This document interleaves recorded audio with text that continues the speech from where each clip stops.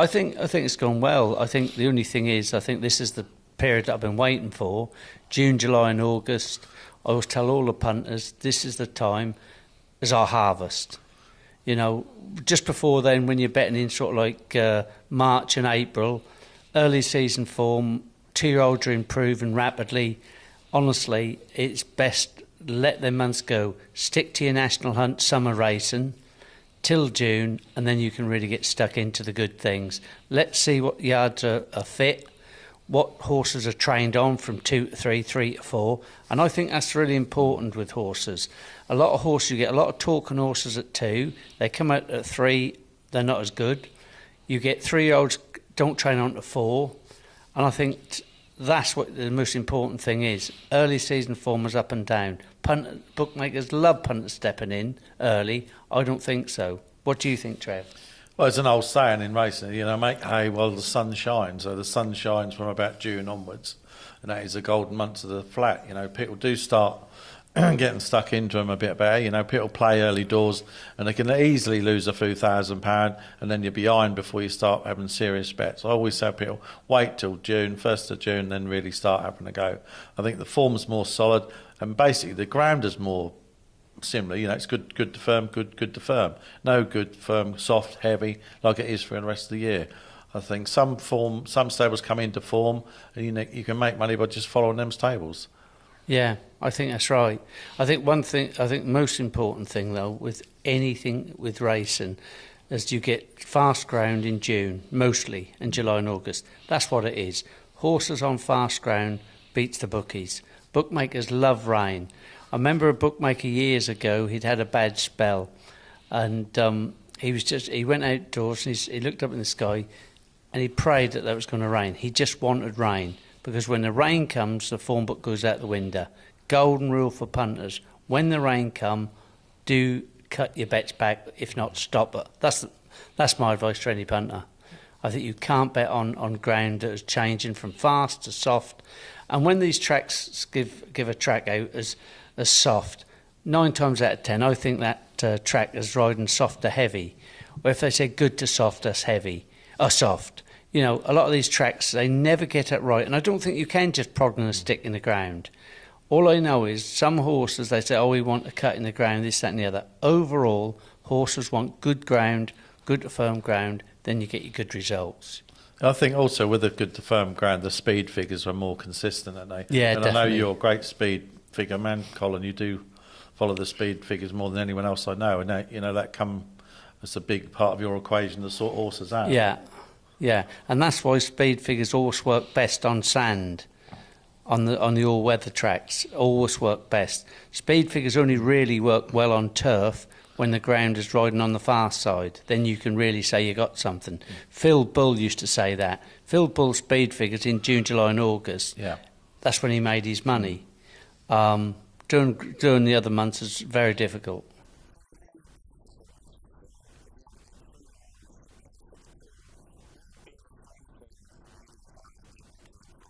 I think the main thing with any horses and gambling, but the main thing is sorting out the winner of a race is class. Class, that little word called class, is definitely the most divine thing that you've got to look at, because if you get a horse, you know, you can have a horse does 58 seconds for 5 furlongs in, say, a class 3. You put that horse in a class 1, and that horse will do no near that time. It will not go near that time. And the simple reason is because the fractions early on take its speed away. And you get a lot of one-pace plodders as well, where they're just pushing the other horses along. They're not going to win the race because they don't quicken, but they're in the race, and it pulls out all the class in every horse in that race. And that's why I don't think you want to be betting in fields of more than, say, 11 runners. But class is my kingpin. I also look for consistent horses. I think you've got to look at horses that are there or thereabouts and see whether they're improving or they're going backwards. If they're going backwards, you've got to find out why. If there's a good reason or no reason, then you leave him. If you can't find a reason why the horse ran bad, then leave him, because 9 times out of 10 he'll run bad again. You can see it, and especially with fillies. Fillies, I don't like backing fillies full stop, because I believe they bounce. And when I mean bounce, especially on their second run of the season, a lot of punters get caught out backing fillies. If I had one of my golden rules out the three you asked me for, I would say never bet a filly or a mare. That's female horses, absolutely. Class, don't bet female horses, and bet in 11 runners or less. When you're betting in bigger fields, the pace of the race can take the guts out of the class horse.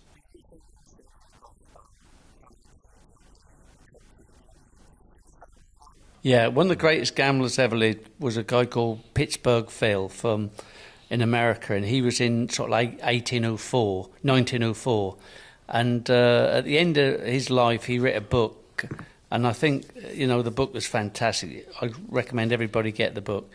But one of his main things was good horse, good jockey, good bet.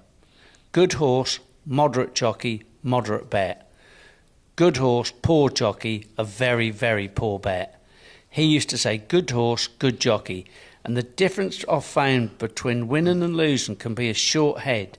And I know for a fact, using my speed figures, that a good jockey to an amateur jockey, depending on what amateur, but say basic amateur jockey, because they ain't got the experience, I'll probably make about 2 to 3 lengths difference.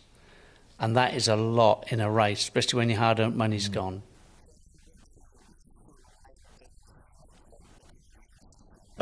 Stable form, really. I think you can't beat following a stable that's in form.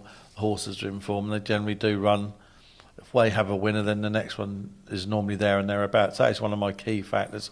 Distances, I don't really like mucking about with 5 furlongs, and I don't really like anything over like 1 mile 2. I think you're a bit of a follower of that, Colin. Yeah, the absolutely. distance is a key factor in all bets, really. When you start getting over 1.5 miles, it's a bit of a lottery, I think. And also some of them 5 furlong races, it's all about luck of the draw.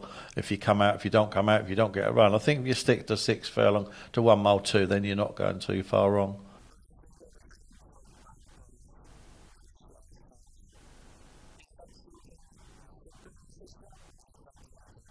I like backing winning form as best form, losing form as worst form. I know in racing, so many punters follow this fallacy of backing unlucky losers.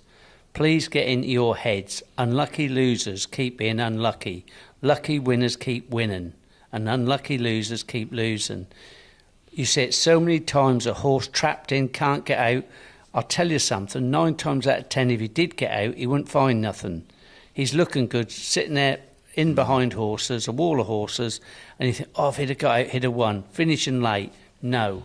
I don't like unlucky losers. I like following winning form last time out. That judge you what you is, because I've always said this, and remember this. The second and the third gets a hard race. The winner, you don't know how far he could have won by. It's any professional jockey will tell you. And Willie Carson used to be my racing manager, and he used to always say to me, the second and the third gets the hard race. You know when you won on a horse, even if that looked like it was pushing and shoving, normally they'll find more.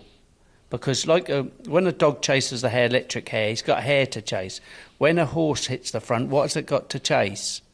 So a horse in front and win is normally a good policy. I love backing winners last time out. I think it's one of my key things.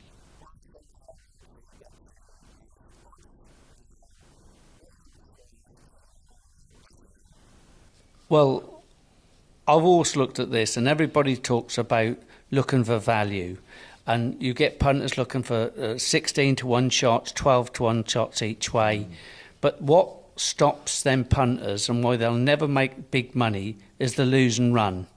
Because one of the most accurate things and phenomenon in racing is the odds. Because if you back every even money shot or lay every even money shot, you'll lose money. It's the 5% difference that Bet exchanges have, or the difference what the bookmakers have, 5, 6, 7%. That is the difference between winning and losing. So the odds are so accurate that you've got to be guided, and more shorter price horses win than long odds. And when you're betting horses at 7 or 8 to 1, when you're betting 7 or 8 to 1 shots, you hit that lose and run. A 50-50 strike rate can hit up to 23 losers on the trot. If you're hitting 5 out of 10, you're pretty good, okay? It's very good. But if you're on that strike rate, you're going to hit a losing run of 10, 15, 20 losers on the trot. You wouldn't think it possible. Check the maths out. It's absolutely factual. And you will hit a spell of 24. In fact, there's a 1 in 400 chance of you hitting 24. So, you know, it's going to happen one day. And that's what happened to punters. They do the money. I like sticking around the even money, 6-4, 2-1. But I'll tell you something I am just looking at recently, and this is a fantastic bet. A fantastic bet. As if you really get good at the form you study, betting 3-1 shots in an each way double. That is absolutely lethal. When you go through the form, you can't see them at the 3. If they both get placed, you make a nice little bit of money. You get your money back plus a little bit. But if they both come in, you're talking wages. And I love that approach, Trevor. Yeah, that's a good bet. You know, the dead 8 is always a good bet. If you've got 8 runners, 3 places, rather than for 14, 15 runners and 3 places. I think if you concentrate on proper races, then look at the selection. Narrow your bets down. Look for 8 horse races, 3 places. Solid bet.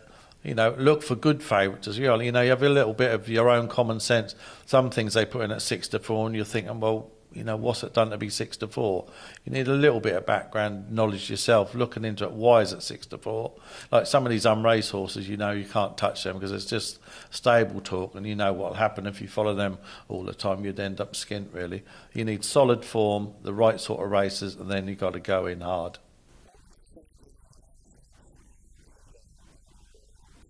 The lowest odds I'd go is 1-2.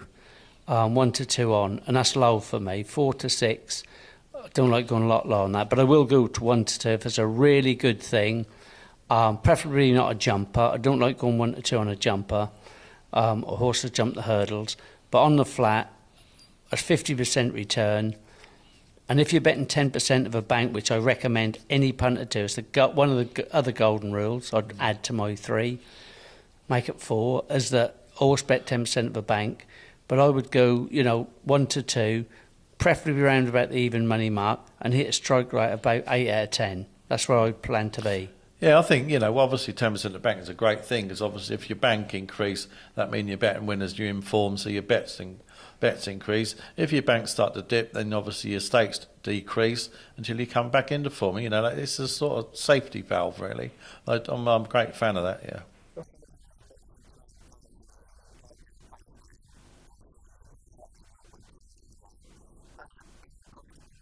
Yeah, very profitable. Yeah. That's once again homework.